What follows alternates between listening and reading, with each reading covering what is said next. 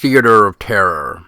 The one type of anthology film, if you even want to say that, could be your next nightmare. Because what if you were the only one in the audience, and what could actually happen if things got a little too real?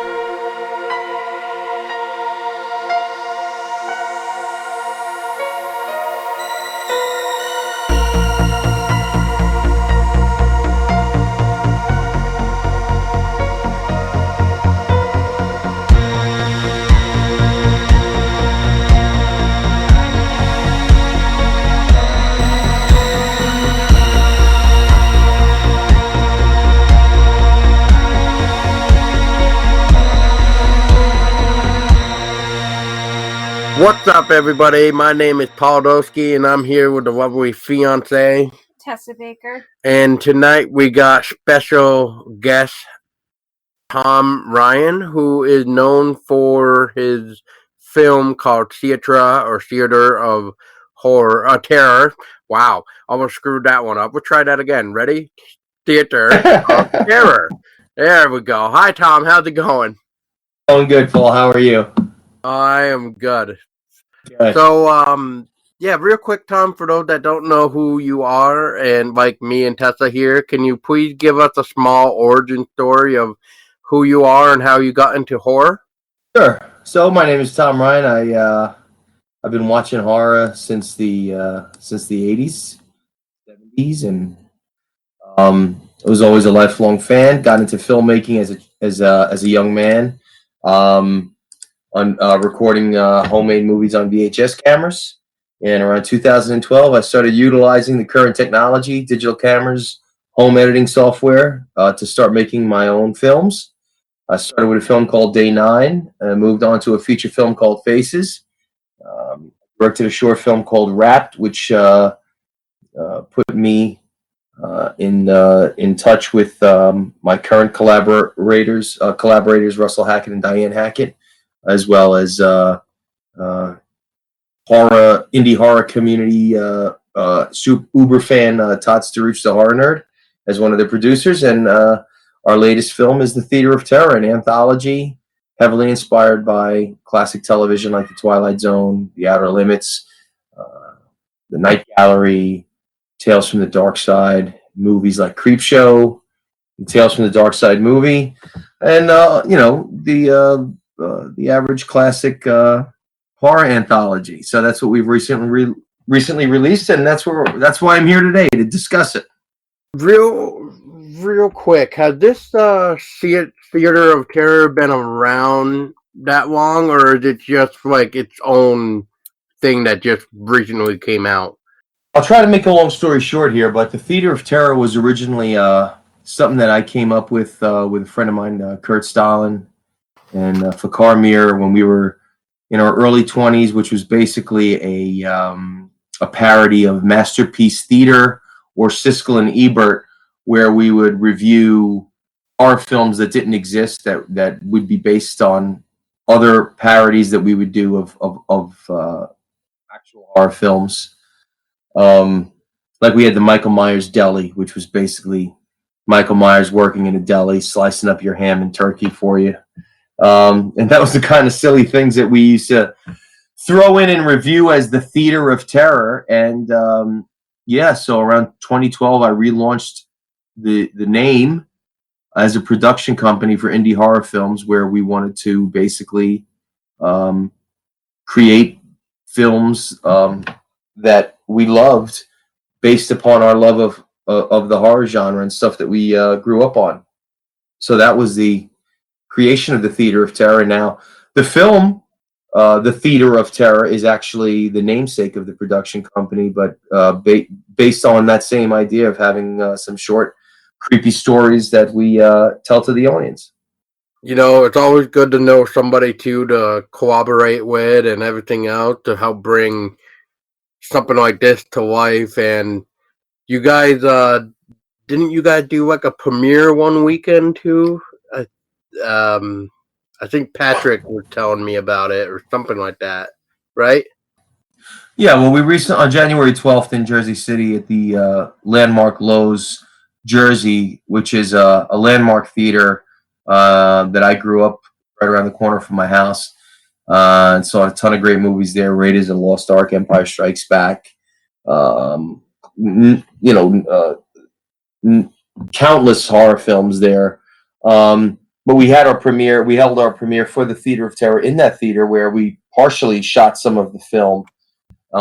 Yeah, we had a great turnout and some really great feedback on the premiere, and it was a great time. It's Jersey City's my hometown; it's where I grew up, so it was great to get back there and deliver some horror to the people of my hometown. Yeah, and I know Patrick was looking forward to that. That's one reason why we tried to get him on as soon as we could. And he was talking to us about some films that were within this theater of terror that there was four or five. Oh man, I'm trying to remember now. There was the Abducted, Endangered, the Gift, The Bookworm. and yes. Yeah, in the Bookworm, and there's a wraparound story that connects them. All the shorts stories involved in the anthology are actually self-contained stories, but we do have a wraparound story that brings them all together. Yeah, upon watching, I'm trying to remember how much I liked the GIF. I thought that was a very cool idea. And then the Bookworm came in with those weird, I'm assuming practical effect things. Yeah. And that was really cool how you guys were like cocooning the main protagonist in the chair Oh, while the without giving away too many spoilers. Yeah, we were heavy on practical effects for the entire anthology. I did not utilize any CGI effects, save a few instances where I had to maybe cover a sign or something in the background. But all of our creature effects were 100% practical. We utilized the service of three different effects artists, actually four different effects artists over the course of the anthology. In the gift on our makeup effects was NVFX Nelson Valila. He handled the makeup for our lead, Heather O'Scanlan. Also in that film, the doll that is basically a part of a very important part of the plot that was created partially by myself, but mainly by Michael Scardillo, who was an effects artist out of New York. He has worked on some major motion pictures as well as plenty of indie projects. But Michael also created the cocoon that you mentioned and some of the other practical effects in the Bookworm, as well as all of the practical effects in Endangered. And then we had special effects artist Beatrice Sniper handled the effects of our alien in the film Abducted, as well as our transformation scenes in Endangered. And then you have Patrick Boyer, who is our actor in Abducted as well as in Endangered, and he builds the costumes that you've seen in the last film. Yeah, we worked with a lot of effects artists. We wanted to. These are friends of ours and very talented people that we know, and we wanted to get them involved in this project. But yeah, 100% practical effects. I think practical effects holds a certain charm to it that's really hard to get out of the current films. And because of the advancements in technology, I can understand the draw to using CGI effects. It's limitless, and if you have the budget, you could really do some amazing things with it. But I do believe that there's a certain charm in practical effects that really helps to draw a viewer into a film, whether or not it's the best practical effects. I've even seen some of the poorest practical effects. At least add some humor to a film if it's really bad. But the best of them can really stick that knife and turn it in your gut when it comes to feeling and experiencing whatever horrendous, horrific gore scene or blood and gut scene you're watching at the time. So we wanted to go with practical absolutely for the film. Nice. Yeah, Patrick did a real good job with the alien, and the UFO thing in the woods even looked like it was real enough with the rotating lights or spotlight going in and out kind of thing. And yeah, just overall the practical effects were really spot on. And then you get the nice finale, which is Encountered, which once again Patrick did a great job with that practical effect, even playing as the alien and the last character there.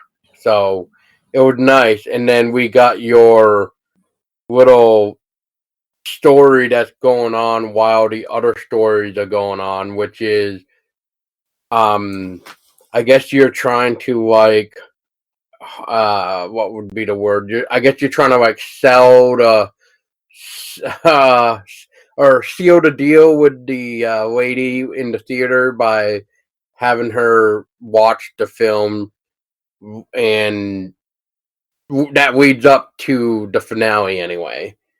So Yeah. you're yeah, and I'm trying to figure out a good way to like to how you were portraying your character, but it was almost like Well, you I think were. it go ahead. I'm sorry. I didn't mean to cut you off. No, it's fine. Now I'm just trying to think like in a way, it's almost like you were the. Do I want to say like mastermind behind it? Well, I wouldn't say mastermind, but I mean, technically speaking, yes, I'm the mastermind behind the film. But my character in the film, um, so first and foremost, I like the viewer to take away whatever perspective they feel fits best, um, in at least in their opinion of the film, for sure. So whatever you took from it, I have absolutely no argument or contention against that. Um, what I will say is our intention was that my character Colin is basically a reflection of the theater, and the theater in and of itself is almost a character. He represents Colin is the name of my character, and he represents that character that is the theater. You know, again, without going into heavy detail about the scenes and the dialogue, since you've seen it, so a lot of his dialogue is basically describing what the theater experience used to be like for moviegoers, and you know, actually talking about the best parts of what the movie experience was for people, especially back in the 80s. Um, and so I think less that Colin is anybody specifically to pay attention to, and what he's saying is more the focus of and the character and what the character is saying is more the focus for the viewer and what we're supposed to experience when we're watching the wraparound story, and what it's taking us through, and Amber's experience in that theater as he presents the other terrifying short stories to her. Right. And without giving too much away, all I'm just gonna say is the ending was pretty cool. What you remember the ending without saying too much? But do you remember how the ending? Yes, I do remember the ending. Yeah. So real quick, Tessa, what out of the stories that were going on, which one did you really like? Did you really like one that stuck out to you? I kind of liked them all in their own way. I did like the practical effects usage, definitely. I thought the werewolf looked really cool. The alien looked really cool too. I thought the idea of the bookworm was interesting.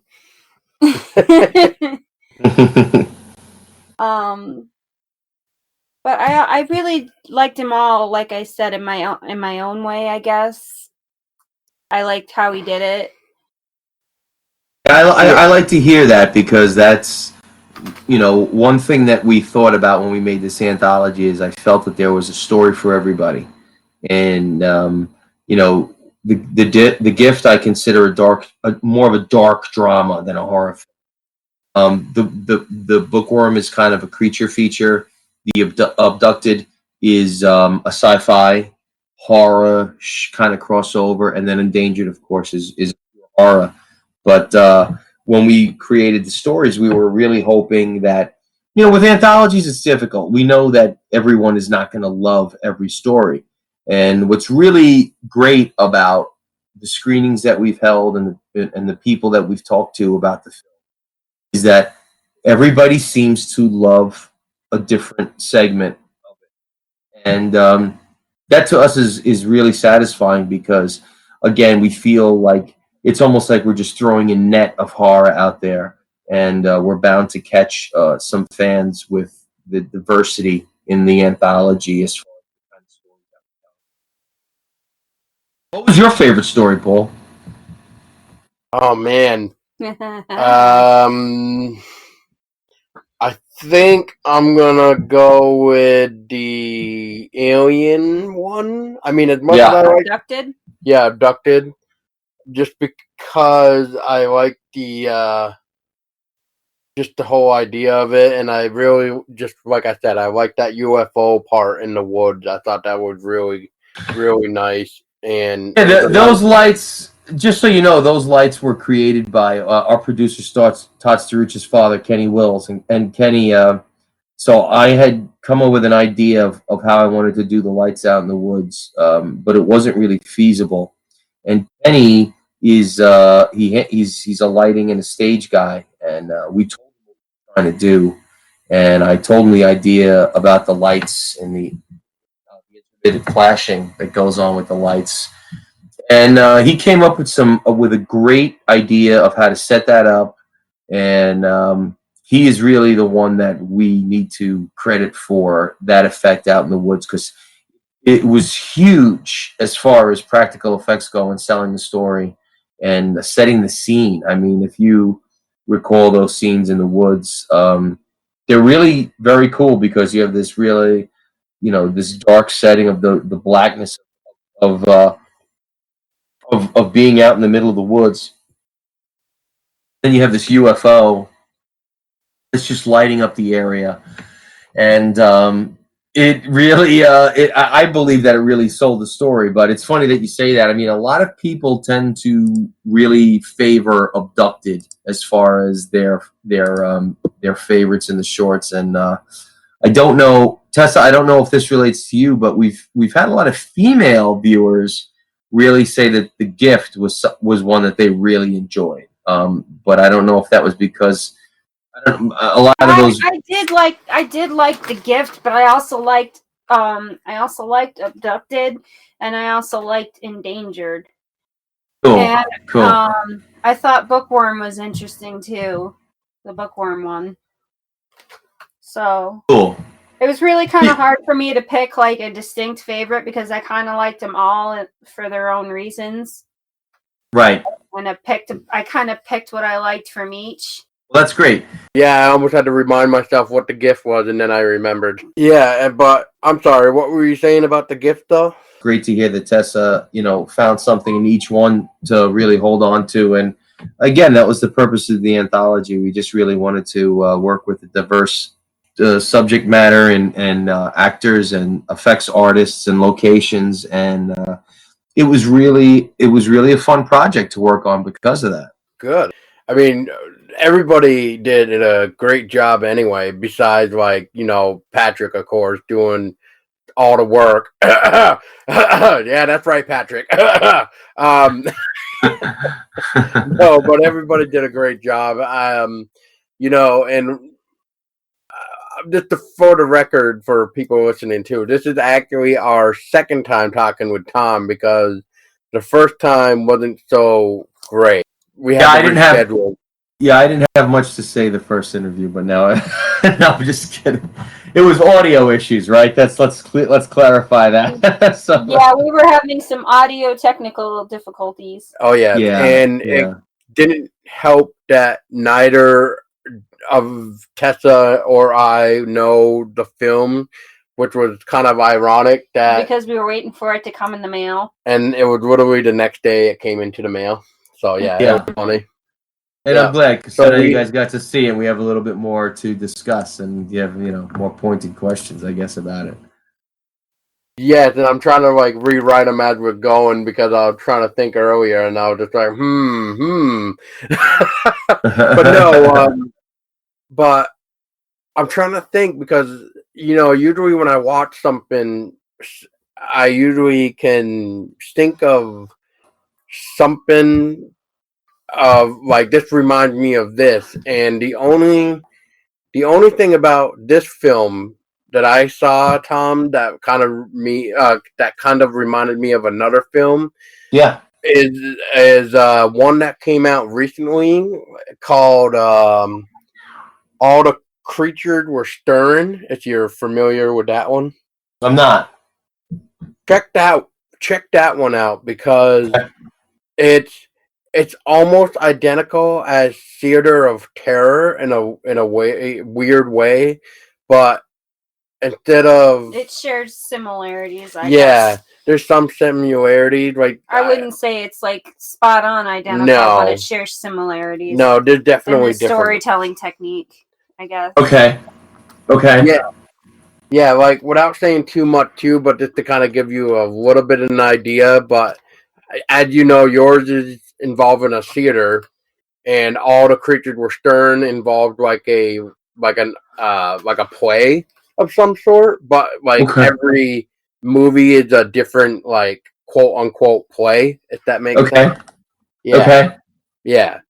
So that's the only difference I see. And that's on Shutter. That was on Shutter, wasn't it?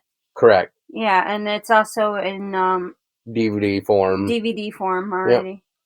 But yeah, All the Cool. Creatures Were Stirred. Yeah. I'll check it out. I just looked it up on IMDb and I see it here. So I'm going to check out the trailer. I could see from the description that it's what you're talking about. So, Tom, what are your thoughts on practical effects versus CGI? I believe that they both have their place. I mean,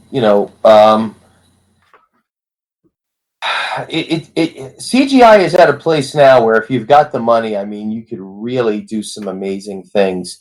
The bad thing about it is that if you're working with a low budget and you use CGI, sometimes it's really evident, and I think that unfortunately it almost reflects like a lack of effort in filmmaking. I think when a lot of the films that I grew up on that used practical effects, it was such an important part of the creativity that went into making the film. Sometimes when I see CGI, it feels a little bit lazy, and especially when it's stuff like blood splatters that I know you could do. I mean, I know a major motion picture could do it dirt cheap. I mean, if I could do it on the set of an indie film, I know that these guys could do it dirt cheap. Yet they choose to go the CGI route to do blood splatters or something. So that to me feels lazy. But with that said, I do believe that there is a place for CGI. It really helps. Um, I really believe it helps in a lot of the ways that people don't consider. If you need to hide things in a scene like ropes or strings or anything that might be visible to make the effects function, I think that that's a great use of CGI. But when it comes to practical effects, I look at a movie like the remake of The Thing, or I look at in any of the Nightmare on Elm Streets, or any of the and really any of the classic films that really used a lot of CGI and practical effects, or in the Evil Dead films or what have you.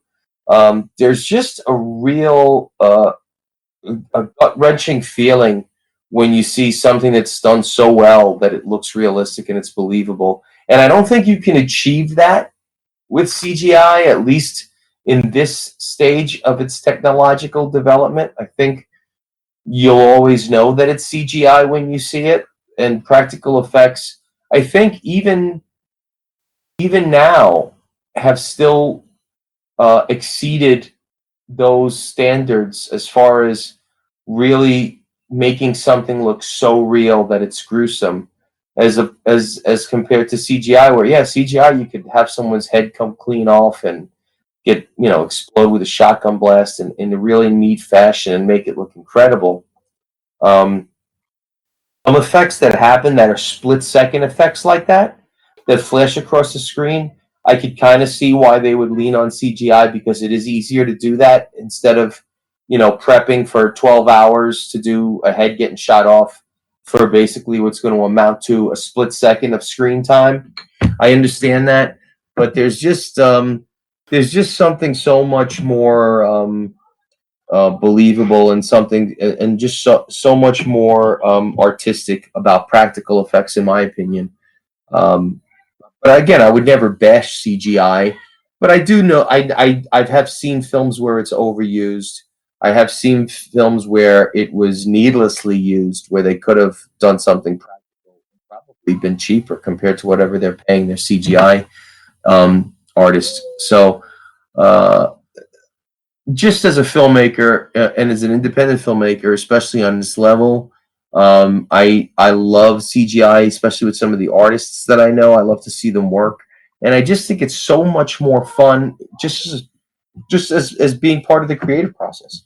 Yeah, no, I completely agree with you about the blood splatter. I mean, they couldn't go out and get like ketchup or like chocolate and with food coloring or something. Instead, they just gotta go to the old. Yeah, I mean, I've seen instances where they basically could have just got some stage blood and a pump, and used that instead of what they ultimately used, which was a bunch of CGI blood splatters that you could just tell really didn't look great. And so, I mean, I'm not sure what their decision process was on that, to streamline the effects. Probably it's a lot easier to do that than to bring in an effects artist. It's going to need to set things up, get everything to look right, and possibly have to take multiple takes if the splat doesn't go exactly as planned.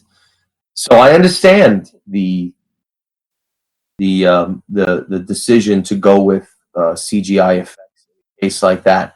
I just don't believe that they help tell the story to the extent that practical effects do. And see, something that's really important to me for the viewer is to forget that they're watching a film, because they're so invested in what's happening, and the characters, and the story, and the storyline, and the locations, and the effects, and everything. Um, you, just that person that doesn't care to look down at their phone and check their messages, because they're so invested in the story. They're so lost in the story. I mean, it's something that we use as a tagline for this film, is saying getting lost in the story has never been so terrifying. But honestly, that just came from the level where, when we began this film, we really said, listen, we really want people to connect, get lost in it, enjoy it enough to ignore everything else.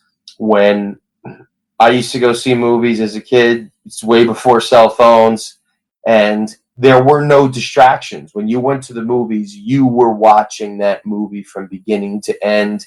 You didn't want to run to the bathroom in the middle of it. You didn't need to talk to anybody. You didn't need to send text messages or check your status update. And so this is just something that was important to us. And so I believe that practical effects is a huge part of that. I really just believe that it just helps you believe what you're seeing, especially when you have some of the best artists that you know working on them. I really believe that it's just a great asset to a film. No, I completely agree with that. Yeah, I definitely have to agree with you on, as long as CGI is used properly and it's not used in over excess, and the practical effects are good, that they're believable, then I think that it's a good combination if you have a good balance between CGI and practical effects. Yeah, I agree. I agree. Yeah, and I mean, I know we've seen people use CGI just to like cover up some stuff or make a certain thing just make like more sharper, darker, more realistic or whatever, and that's usually fine too, but And we've also seen films where they've used CGI way too much. yeah, just like Tom was stating, he's seen Yeah. some too that are overly done. Yeah, I think there's definitely you have to have a level of taste when you use it. I mean, I've used CGI blood splatters in my first short film, Day 9. It was a zombie flick. I really didn't have any budget at all, and I had a guy shooting some zombies with from a distance, and so from a distance you would see kind of these blood splatters coming off the zombies to show where the bullets were hitting them, and yeah, it didn't look great. It worked.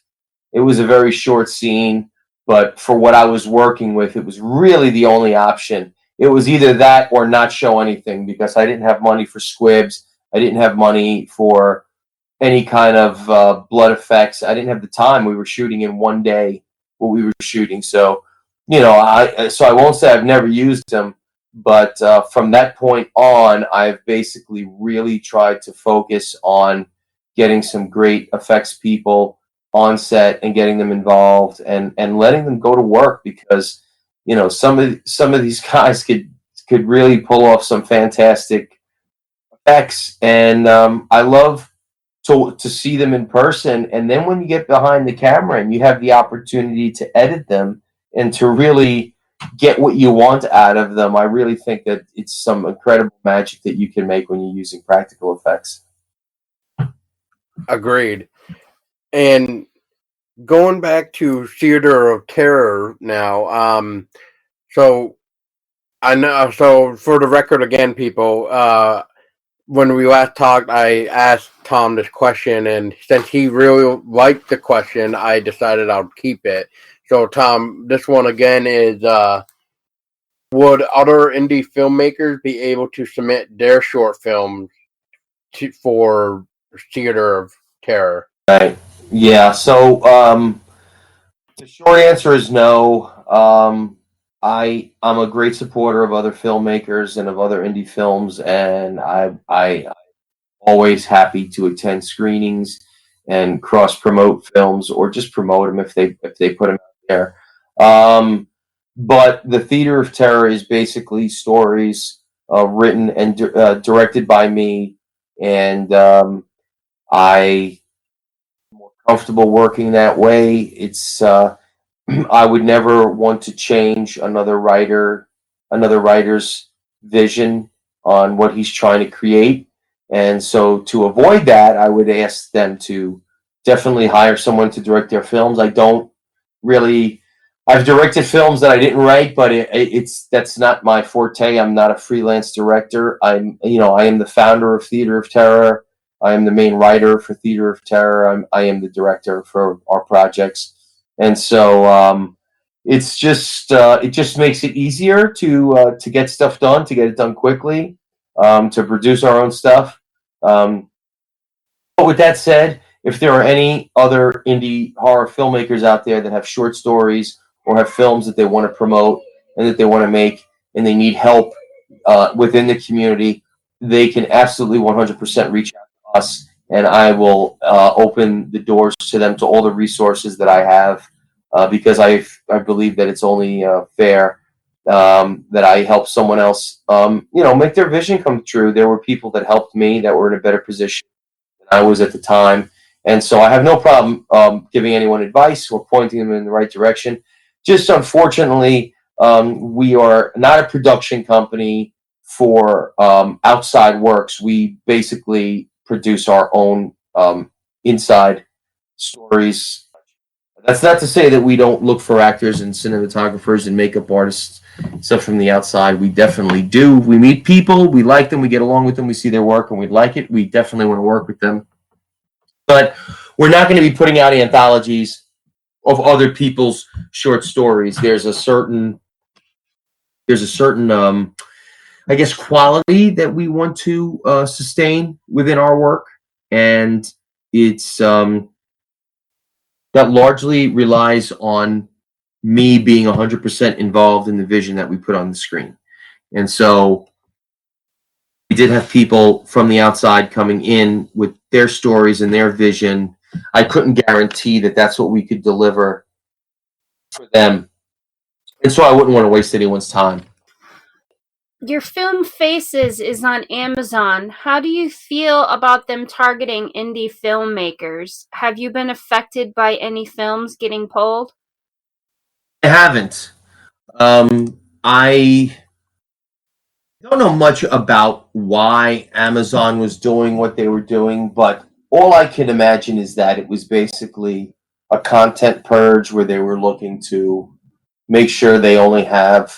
I mean, if you have 10 million films in your catalog, it really dilutes the experience for your common subscriber that wants to surf and find out. Maybe they were doing it for quality assurance. I'm not sure. My film was not affected, but my film is on Amazon Prime through a distribution company called Green Apple Entertainment. So I'm not sure what is involved there, but I do believe it's contractual as opposed to. I know a lot of filmmakers put their films on Amazon Prime directly through their own communications with Amazon. So I think that Amazon was really targeting those people for content quality. Um, I feel bad for any filmmaker that has their film pulled from a public access forum like that. But then again, in all honesty, Amazon doesn't owe anyone anything. It's a business. They are not obligated to promote independent filmmakers. Independent filmmakers have always been struggling to get their work out there.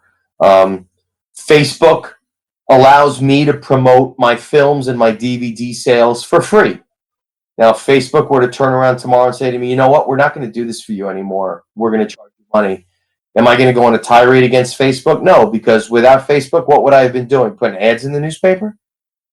Putting signs in front of my house on the lawn? So we have to appreciate the fact that there are a lot of technological advances out there that are allowing a lot of us to get our art out there. A lot of us that are less than recognized or less than successful artists to promote and market and discuss our artwork with the public on a massive level at a very low cost.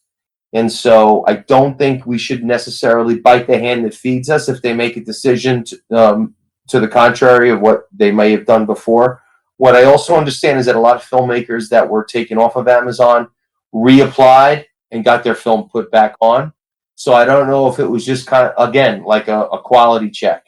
And they went through it to see, okay, let's see who comes back and decides that they really want their film on here and how many people have dropped their film on here and disappeared. It could be something like that. If you look on Facebook, I mean, I've got at least 20 friends that are no longer active on Facebook, and they just kind of have that no profile picture thing going on. So what do? Do you unfriend them and get rid of them and make space for more people, or not? And so I think it kind of works along those types of lines. Um, Again, it didn't affect me, so I can't speak from experience or from outrage about it happening to me. When it first happened, I did check the status of my film on there. It's great, it's a great honor to have faces on Amazon Prime and to have that kind of exposure. It's something that we work towards to get our films in front of a larger audience. So I'm appreciative of that. I hope it doesn't get knocked off, but I don't know if my circumstances are actually similar to other indie filmmakers that might have had their film uploaded there directly. Yeah, I just know there's a lot of people that are definitely not noticing that their films are getting taken down until somebody either reaches out to them who's trying to watch a film of theirs or something. And like we were talking to a guy who his name is J.R. Bookwalter. He had about 40 films on Amazon, and recently 7 of them were taken down. And then there was a film. There is a film. They actually got it back on Amazon, but it took them a whole month for them to get it back on. But the original release date would have been Christmas of last year for a film called Cherokee Creek. They were actually pulled the night of or day before or something. They're not quite sure. The guy, when we were even talking to the director, he was even saying he had no idea why Amazon decided to pull it down, because he only knew that it wasn't on Amazon because of the people that were waiting for it to appear on Amazon, and since it never did, he told us that he sent a text message to his wow,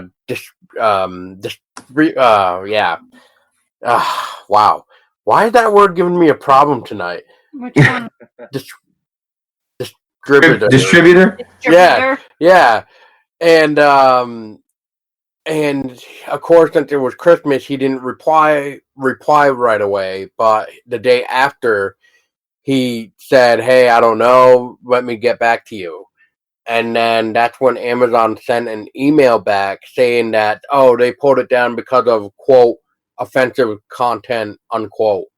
And then same with J.R. Bookwalter. He had a title, he said, that got taken down because of an offensive content thing, but they never told him what was so offensive. Same with like Cherokee Creek.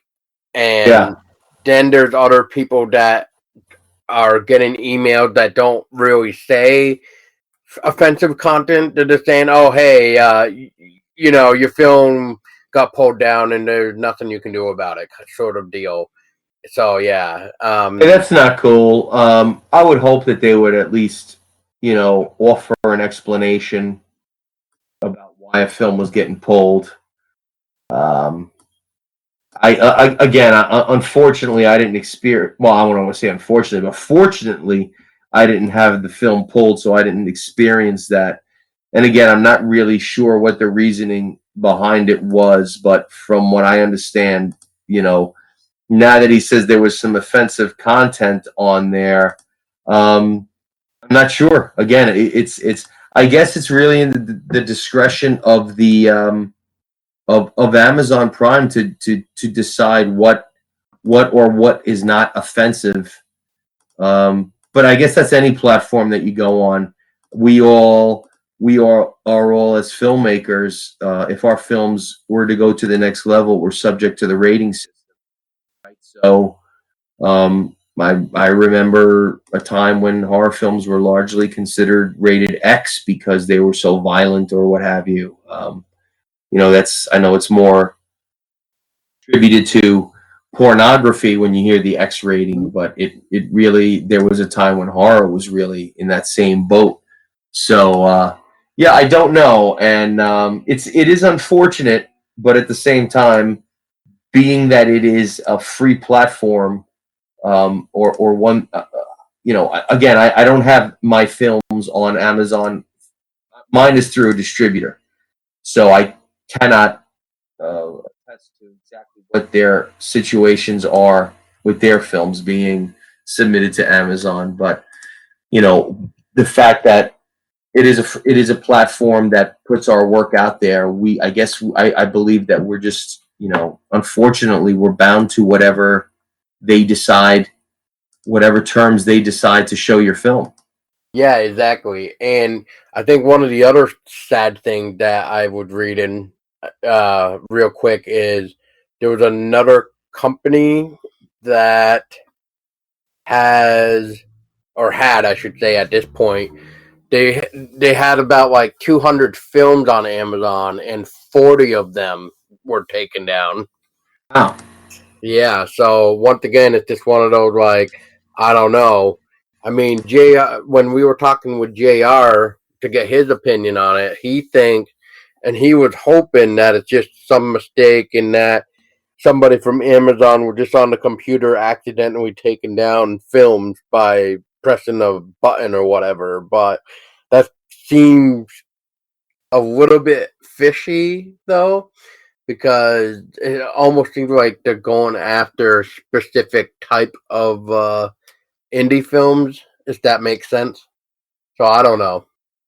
Yeah, it's again, it's really hard for me to comment on it just because I just don't know all the facts Exactly. about you got to take everybody's word for it when they say that they had their film taken down and they don't understand why. Again, it's a film and it's artistry, and I don't believe that anyone should feel bound by what Amazon believes is appropriate or not, unless you're going to put your film on Amazon, and then you have to. So, I don't know what those circumstances are. My film Faces is a horror film, and there are very dark tones to it, but I would say that there's nothing that is challenging to a mainstream audience watch. There's no brutally violent, gory, oriented scenes or anything like that. So I don't think that there's any question about content of that film. Ours, Faces is an R-rated film, and it doesn't go beyond that, and it's I don't think there's anything in that really would cause alarm from Amazon. But again, I don't know what their standard is, so it's hard for me to really comment on it. I'm trying to, but it's hard for me to put my finger on it because I really haven't experienced it. The answer to this is just Amazon just need to come out and just give us the answer of why they're doing it. That's all. Yeah, and have they not offered anything or? Nope, not yet. I find that strange, but again, I have heard a lot of filmmakers that had their content removed. I've seen them mention that they were able to get it posted again. So it was almost like a reapplication that Amazon gave them, like, oh, your film's being taken down, but if you feel that this is in error, then please resubmit it, and we will consider putting it back. And some of them have. Interesting. Yeah, You're the first person that actually mentioned the whole resubmitted, and so that's a very interesting answer. So and if you are hearing that people that resubmit it are getting it back on, then I guess maybe that's what people need to do. It's a stupid thing, yes, but I mean, if it's getting it back on, then whatever. I mean, it's right. Yeah. You have a musical band called Vlad the Inhaler. What type of music is that, and how often will we be seeing? Will we be seeing releases? That's a good question. So we've kind of coined the term psychedelic super metal. We are a band that we've been influenced by tons of different stuff. I grew up listening to classic country and western music. I listened to lots of 60s music. I listened to lots of 70s music. I listened to lots of 80s music. I listened to lots of, and when I say 80s, I mean everything. And when I say 60s and 70s, I mean, everything.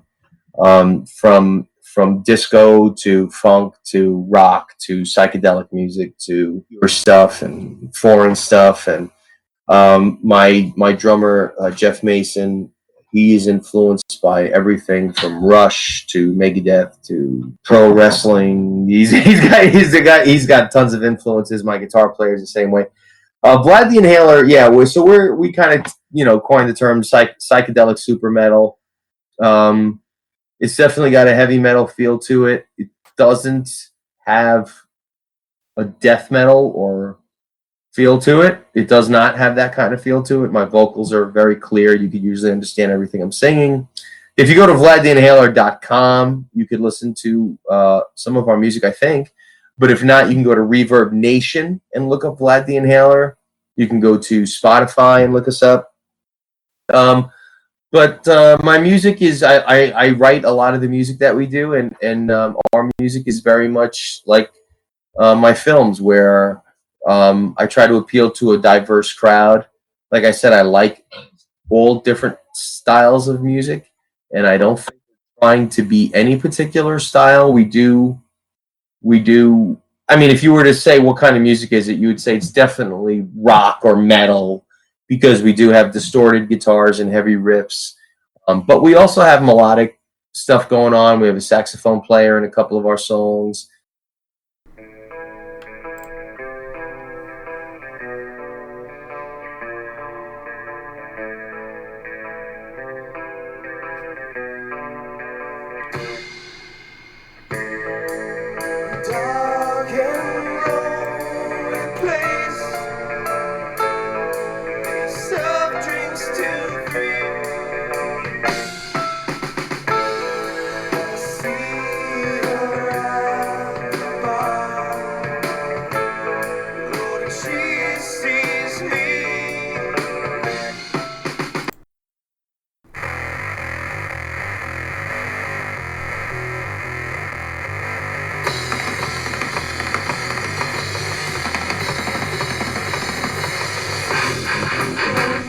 stand alone.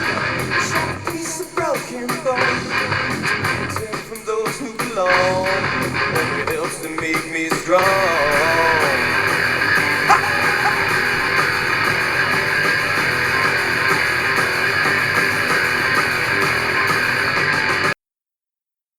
So we've been doing that for a while now. I mean, I was in that band in college, and we just started putting out albums in 2013. We put out one in 2013, another one in 2016, and I know we're due for another one. Because of the anthology, I've been on a little bit of a hiatus from the band. The anthology is taking up a lot of my time, so hopefully we can get that going again. If you watch the anthology, the film Abducted opens up with a song, and that song is me and my guitar player from the band, and that's something that we wrote for that film. And we've got some other stuff that we've been working on, but nothing that is studio ready yet. So it's a really it's a fun band. I love working with the guys. We're all family men, and we're all older now, and so the band has changed from where being in a band used to be gigging all the time and going out and partying. It's kind of like, oh, let's write some songs and get together and practice them, and when they sound good enough, we're going to go into the studio and record an album. And that's kind of what the band's become. We don't do a lot of shows. We used to play some horror conventions. That was basically what we like to do. We're not up for the whole playing in a bar and bringing in our own crowd type of thing. We just, it's kind of like what an 18 to 27-year-old does when he's in a band. And so we're really past that point now. And for us, music is more about creativity than it is about becoming rock stars. But we try to feature our music in some of my independent films and in others. Well, I mean, our band has been in a ton of independent films. If you ask me to list them right now, I'll probably forget about 10 of them, but I could probably name about 5 films that our music's been in. So it's kind of cool. That is cool. I did actually listen to a couple previews of the Vowed, the Inhaler, and Vlad the Inhaler. Yeah. And I noticed right away that between the first 2 songs off the latest album that you guys put out in 2016, it went from like a heavy metal thing to like this slowed down. I don't know. I don't want to say like country, but maybe like maybe like folk music almost in a way. It was just like, oh yeah, this heavy metal, and then the second sample came on, and I'm just like, whoa, like this is different. So it was kind of cool. I almost found it like an experimental type band because you're everywhere too, so it's nice. Yeah. It's definitely an experimental type of band, and I never liked. First band I was in, the guys were looking to do like a death metal thing, and we were just so pigeonholed into this whole sound, and it wasn't my thing. It just wasn't. And when I did Vlad and I hooked up with Jeff Mason and our original guitar player Russ Bellucci, we just kind of, just to be honest about it, we were in college and we used to drink and get stoned, and we would just jam. And at the time, we were listening to everything from Mucky Pup to Jimi Hendrix to Black Sabbath to Faith No More to Pantera to Danzig. It's just such a mix of stuff that we listened to, and we just kind of wanted to play whatever we wanted to play. And I know that that's not necessarily a winning formula if you're trying to get signed, but for us it was just it was just a fun experimental way to express ourselves and our music, and so it was very cool. Nice. Well, we still do. I applaud it. Yeah, thank you. You're welcome. And going back to talk a little bit more, just a little bit about Theater of Terror. Within the film or story, should I say, was there at any point in time where either you were writing the script or maybe even going to shoot them, where you felt like you had to take some scenes out at all, or were they all pretty tightly written? Well, I'm extremely organized when it comes to shooting, and basically, I try to make sure that there are not going to be any changes that take place between script to screen when we're ready to shoot. That doesn't mean I don't revise the script before we shoot, but I really won't make any revisions after I send the script out to the actors. So we did not find ourselves in a position where we had to change anything. I'm always open to creative changes. If we're on set and suddenly we're shooting, and I turn around and say, my God, that window is beautiful. We need to put the actor in front of the window, so we need to change the scene so the actor walks over to the window. That might be something that happens, but it'll be very subtle changes to just enhance or to utilize things that we might not have expected originally when the script was written that turn out to be great. For instance, in the short film, The Bookworm, the library that we shot in was gorgeous, and it just presented so many great opportunities to shoot so many great angles and capture as much of the library as we could. And so that was something that when the script was written, you know what? Here's a great example of something that did change. When we wrote the script for The Bookworm, I went to scout the location of the library, and I found those large oil paintings of the people that founded the library. And you see them in the film. It's the man and his wife and the son. If you remember those. I do. And when I saw those in the library, I said, my God, those are so majestic, and they're just looming over the library like they're watching everyone in the library. This has to be a part of the film. And because of those paintings, I actually added in the plot into the plot what those paintings meant. And if you remember the film, at the end of the film, we see some more additional paintings added to the library, or actually sketches, but they all play the same part in the plot and in the story of the film. And that was not originally a part of the script. It was something that I felt needed to be added because it was just such a great set prop that I couldn't ignore it, and I wanted to incorporate it not just as a backdrop, but actually into the story. And so those three paintings they actually play a major part in that last scene. Nice. No, I actually like that scene that you're talking about with the paintings on the wall. So I definitely agree that it added more to the story and it made it go, uh-huh. So yeah, I definitely agree. Right. Remember the scene in The Bookworm with the like the oil paintings or something like that along the lines of like that painting. Yeah, that was recently that was added. So yeah, sweet. I'm trying to think because I don't want to say too much either, but yeah, I mean that I think helps tell the story in a stronger light too, because something like that kind of makes you even more wonder of the as you were saying, the new additions and to the walls, which makes you think more of like I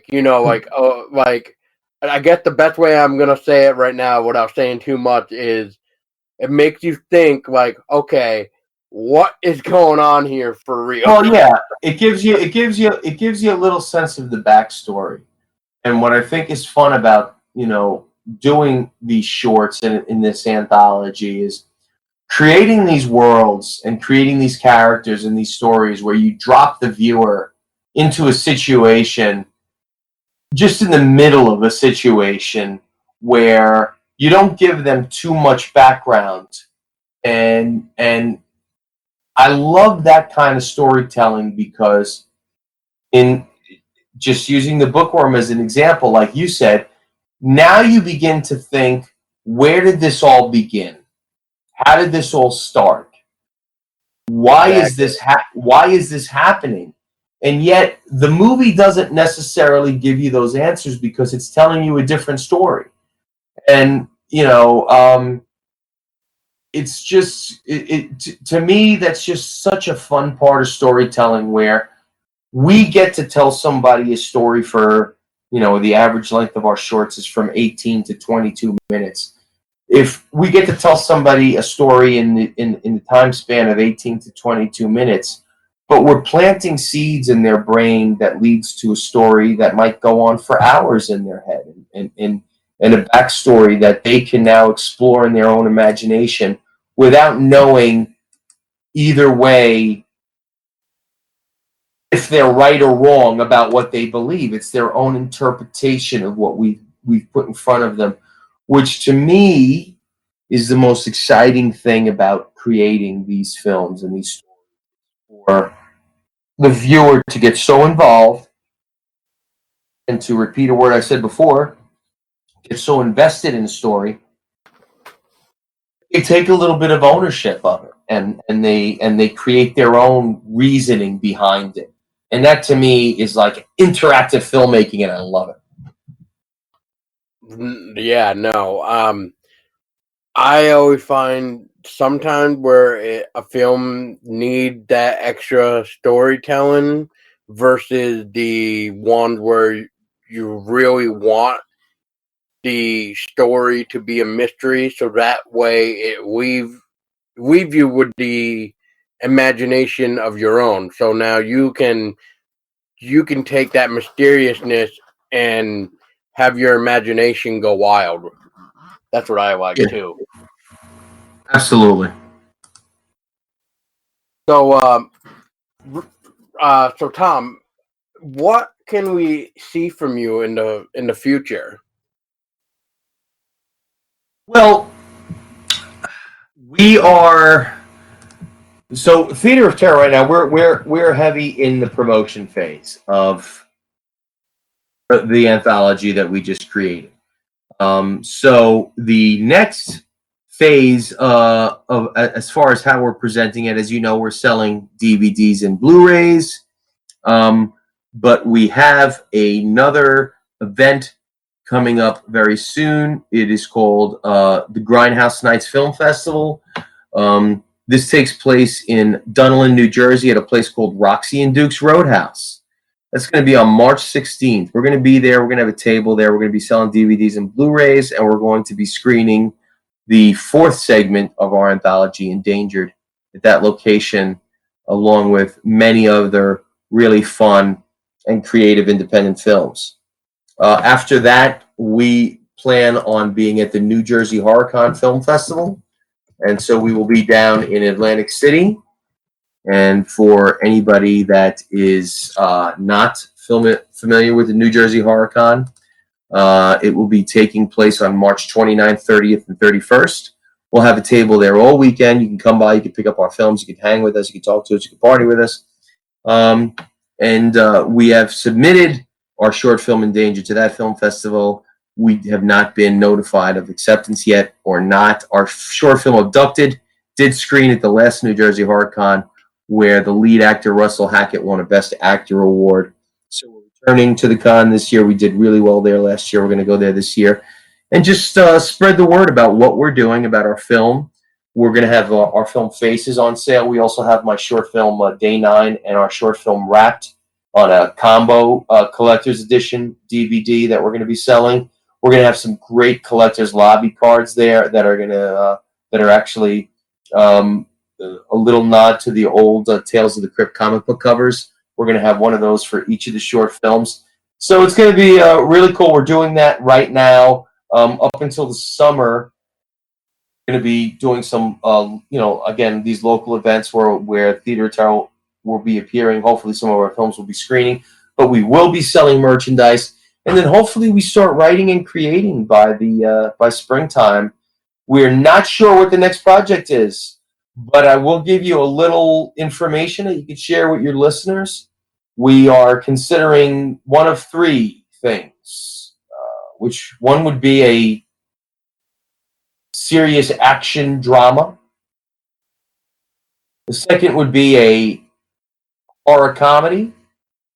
And third would be a follow-up anthology. And just so you know, in my heart, I'm leaning towards the horror anthology because it was so much fun to make this one and so cool to work on so many different types of story with such different subject matter and with so many different actors and crew members. I really want to do it again, but I'm not really sure what our next project is going to be yet. My options open. So, you know, to all your listeners, come by and see us at Grindhouse Nights at Cafe Z in Union, New Jersey.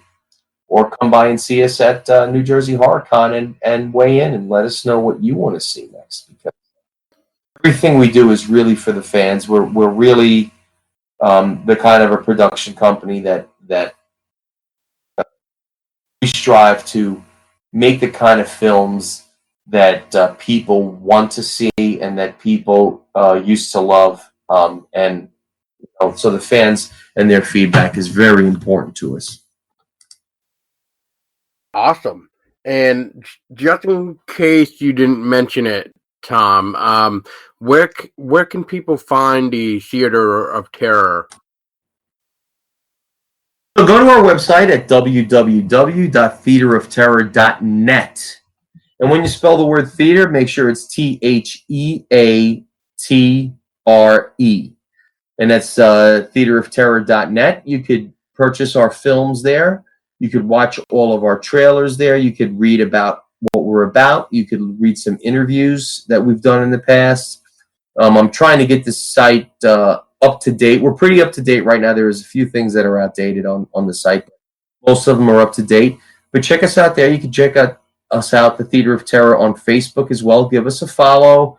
We're always looking for extras. We're always looking to cross-promote work. And, that's the way that you could find us and stay up to date on our next appearances and where we're going to be and what film you're going to get to see. Awesome. And Tom, for your final question for tonight? Yep. What advice would you give to people wanting to start their own movies or creating music? Well, what I would say to anyone that wants to do that is that you now live in an era where it's easier than ever to create your own art and to get it out to the world. Instagram, Facebook, Twitter, YouTube, Vimeo, just to name a few outlets that you can use for very low prices to no price and to get your work out to the public. If you want to make something, be serious about it. If you want to be in a band or you want to be a director or you want to be a writer, then pursue it, practice it. Don't expect to make magic on the first attempt. I was in bands since I was 17 or 18 years old, and I wrote a lot of really bad songs with really dumb lyrics. But it took those experiences and it took those failures to lift me up to where I feel I am now, where I do things that are a little bit of a higher quality. Same thing with my films. I've made a lot of VHS films that were really bad when I did in the teenager. And when I say bad, I just mean they were just dumb and just not entertaining and just poorly executed. But it was me starting the process. I also didn't try to get those films into a movie theater. They were just for my own entertainment. So it was a learning process. So I would say to anybody that wants to do that, you need to do it, execute it. Prepare yourself. Be extremely organized.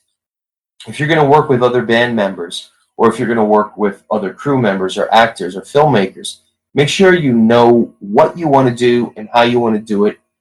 And make sure you work with people that are reliable. Look, I've worked with people that I probably will never work with again. And I've worked with people that I will almost definitely work with. It's a process. It's not going to be perfect, but the only way that you're going to get to a point where you could be proud of what you're doing is to fail at it multiple times, but continue trying it and learn from your mistakes and build on that and be smart. Really have a passion about it. Don't just say, I want to be a sculptor because your friend is a good sculptor. Don't say, I want to be a director because your friend directed a great movie. Don't say, I want to be a singer in a band because your friend is a singer in a band and they get all the attention, get all the girls. These are not the reasons to do these things. You have to have a passion for it. You have to have a love for it. You have to feel it. But so yeah, I didn't mean the awkward silence, but yeah, I was just curious. No problem.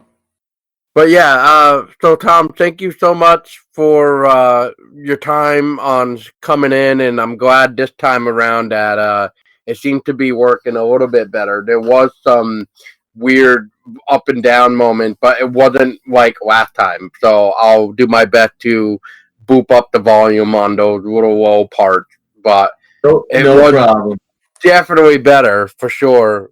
Is there anything that you feel like we didn't touch on as well? I mean, I just want to make sure, because is there anything that you really need to that you would like to share with us that we didn't touch on, or do you feel like we touched on enough? I think we covered everything. I don't think there's much more that anybody could do but see the film. Well, that's awesome. And Tom, I'll just say real quick that if you ever want to come back on and talk with us, even if it's not about your films and you just want to share your opinions on other type of horror uh, topics that we are going to be doing, then you're more than welcome to jump on board and talk with us. And speaking of topics and stuff, if you are free, Tom, on February 16th at about 9 p.m. Eastern Time, Patrick is actually going to be joining us again. Oh, and great. He's going to be talking about how we should get younger people to start Start early with the practical effects. So if you'd like to jump on that conversation, the more the merrier. Cool. That sounds great. If you could send me a reminder, I'd appreciate that. I'd love to be on with Pat. He's awesome. Yeah, I will definitely send you a reminder. And for everybody else listening, thank you so much for your time. I hope I hope my edit does a good job. So just don't kill me. I did my best. I did my best. I've already murdered him once already, so Yes, I don't need to be murdered a second time. And thank you once again. Thank you so much, Tom. And as always, people, stay scary.